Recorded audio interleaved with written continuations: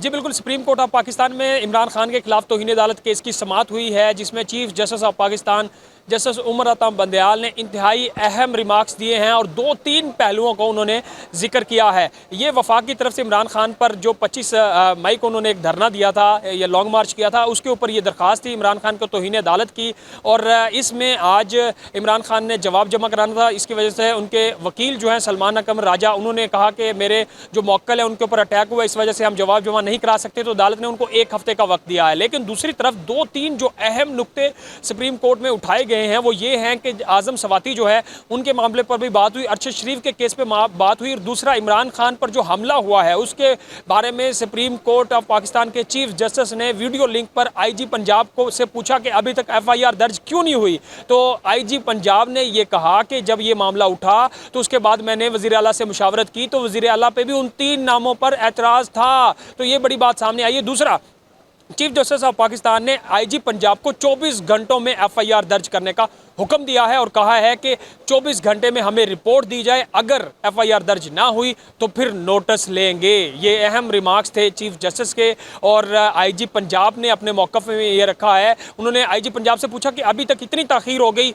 अभी तक एफआईआर दर्ज नहीं की जा सकी। तो वो 3 नाम जिसमें एक नाम पर एतराज़ उठाया जा रहा था, तो उसमें आईजी पंजाब ने यह भी इंकशाफ किया कि मुशावरत में वज़ीर आला पंजाब को भी उस नाम पर एतराज़ था। तो दूसरा, अरशद शरीफ के बारे में चीफ जस्टिस ऑफ पाकिस्तान ने कहा कि उनकी वालदा ने जो हमें ख़त भेजा, ख़त लिखा, उसके बारे में भी हमारी ह्यूमन राइट्स की जो टीम है वो इस मामले को देख रही है। टीम जो कीनिया गई थी इस मामले को इसकी तहकीकात करने के लिए, वो पाकिस्तान में वापस आ चुकी है। चीफ जस्टिस ने कहा कि हमने उनसे रिपोर्ट मांग ली है, उस रिपोर्ट को देख के हम कार्रवाई करेंगे। हम अज खुद कार्रवाई नहीं कर सकते, तहकीकात नहीं कर सकते जब तक हमें रिपोर्ट्स मौसूल ना हो जाए। तो चीफ जस्टिस ने कहा कि अरशद शरीफ के मामले पर भी ह्यूमन राइट्स की जो टीम है हमारी वो काम कर रही है, इस केस को हम देखेंगे, इस केस को सुनेंगे, खुली अदालत में इस केस को सुनेंगे।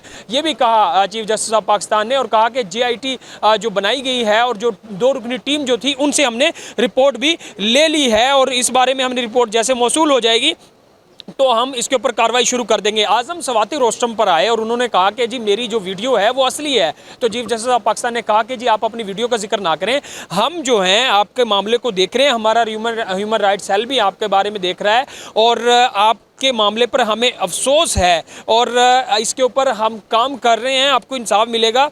तो चीफ जो आज़म सवाती थे उन्होंने चीफ जस्टिस को कहा कि जी मैं सुप्रीम कोर्ट के गेस्ट हाउस के कमरा नंबर 1 में रहा था, आज़म सवाती ने ये कहा। तो इसके ऊपर भी चीफ जस्टिस ने कहा कि हम इस मामले को देख रहे हैं और इसमें आपको इंसाफ देंगे। और जो इसके ऊपर मुख्तलिफ बयानात आ रहे थे, कल सुप्रीम कोर्ट की तरफ से कहा गया था कि आज़म सवाती उस गेस्ट हाउस में नहीं रहे, वो जुडिशल अकेडमी में रहे हैं। फिर जुडिशल अकेडमी की तरफ से रिपोर्ट आई कि जी यहाँ आज़म सवाती नहीं रहे, यहाँ तो गेस्ट हाउस ही नहीं है। तो ये मामले उठाए जा रहे थे। तो ये एक इंतहाई अहम केस था सुप्रीम कोर्ट में जिसमें ये रिमार्क सामने आए हैं।